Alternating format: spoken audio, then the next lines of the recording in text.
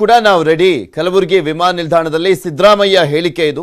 ಈಗಲೇ ಚುನಾವಣೆ ಬಂದರೂ ಕೂಡ ನಾವು ತಯಾರಿದ್ದೇವೆ ಅಂತ ಹೇಳಿದ್ದಾರೆ. ವಿರೋಧ ಪಕ್ಷದಲ್ಲಿರುವಂಥವ್ರು ಹೇಳುವಂಥ ಹೇಳಿಕೆ ಇದು. ಯಾಕಂದರೆ ಆಡಳಿತ ಪಕ್ಷದವರು ಅವರ ಅಧಿಕಾರವನ್ನು ಪೂರ್ಣ ಮಾಡಿದ ಮೇಲೆ ಎಲೆಕ್ಷನ್ ಎದುರಿಸೋದು ಅಂತ ಗೊತ್ತಿದೆ.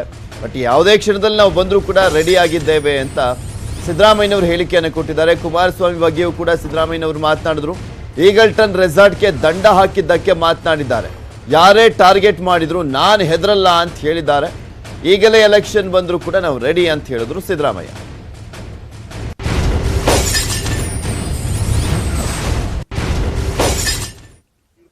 ಬಂದರೂ ತಯಾರಾಗಿದ್ದೀವಿ. ನಾವು ಯಾವತ್ತೂ ಎಲೆಕ್ಷನ್ ಯಾವಾಗ ಬಂದರೂ ತಯಾರಾಗಿದ್ದೀವಿ. ನಾಳೆ ಆದರೂ ತಯಾರಾಗಿದ್ದೀವಿ, ಇನ್ನೊಂದು ತಿಂಗಳಿಗಾದರೂ ತಯಾರಾಗಿದ್ದೀವಿ, ನವೆಂಬರ್ಗಾದರೂ ತಯಾರಾಗಿದ್ದೀವಿ.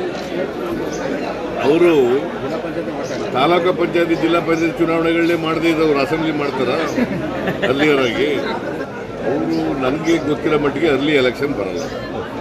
ತಾವು ಅಧಿಕಾರದಲ್ಲಿದ್ದಾಗ ತುಂಬಾ ನಿಷ್ಠೆಯಿಂದ ಕೆಲಸ ಮಾಡಿದ್ರಿ, ಅದಕ್ಕಾಗಿ ಭಾರತ ರತ್ನ ಕೊಡಿಸಬೇಕು ಅಂತೇಳಿ ಕುಮಾರಸ್ವಾಮಿ ಅಂತ ಸ್ಟೇಟ್ಮೆಂಟ್ ಮಾಡ್ಯಾರ ಸೆಷನ್ನಲ್ಲಿ. ಕುಮಾರಸ್ವಾಮಿ ವ್ಯಂಗ್ಯವಾಗಿ ಹೇಳಿದ್ದಾರೆ. ಇದು ಕೋರ್ಟ್ಗೆಲ್ಲ ಹೋಗಿದೆ. ಕೋರ್ಟ್ನಲ್ಲೂ ಕೂಡ ನಾವು ತೀರ್ಮಾನ ತಗೊಂಡಿರೋದು 982 ಕೋಟಿ.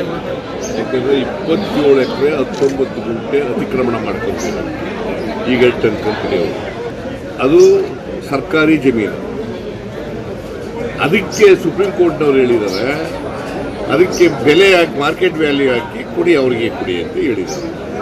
ನಾವು ಇವರೇನು ಮಾಡಿದ್ದಾರೆ, ಅಕ್ರಮವಾಗಿ ಅತಿಕ್ರಮಣ ಮಾಡ್ಕೊಂಡಿರತಕ್ಕಂಥ ಜಮೀನಿನಲ್ಲಿ ಸ್ಕ್ವೇರ್ ಫೀಟ್ನಲ್ಲಿ ಮನೆ ಕಟ್ಟಿ ಮಾರ್ಬಿಟ್ಟಿದ್ದಾರೆ, ವಿಲ್ಲಾಗಳು ಕಟ್ಟಿ ಮಾರ್ಬಿಟ್ಟಿದ್ದಾರೆ.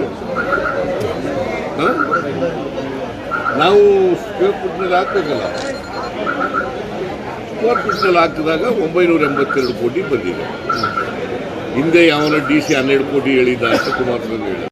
ಬಂದರೂ ತಯಾರಾಗಿದ್ದೀವಿ. ನಾವು ಯಾವತ್ತೂ ಎಲೆಕ್ಷನ್ ಯಾವಾಗ ಬಂದರೂ ತಯಾರಾಗಿದ್ದೀವಿ. ನಾಳೆ ಆದರೂ ತಯಾರಾಗಿದ್ದೀವಿ, ಇನ್ನೊಂದು ತಿಂಗಳಿಗಾದರೂ ತಯಾರಾಗಿದ್ದೀವಿ, ನವೆಂಬರ್ಗಾದರೂ ತಯಾರಾಗಿದ್ದೀವಿ,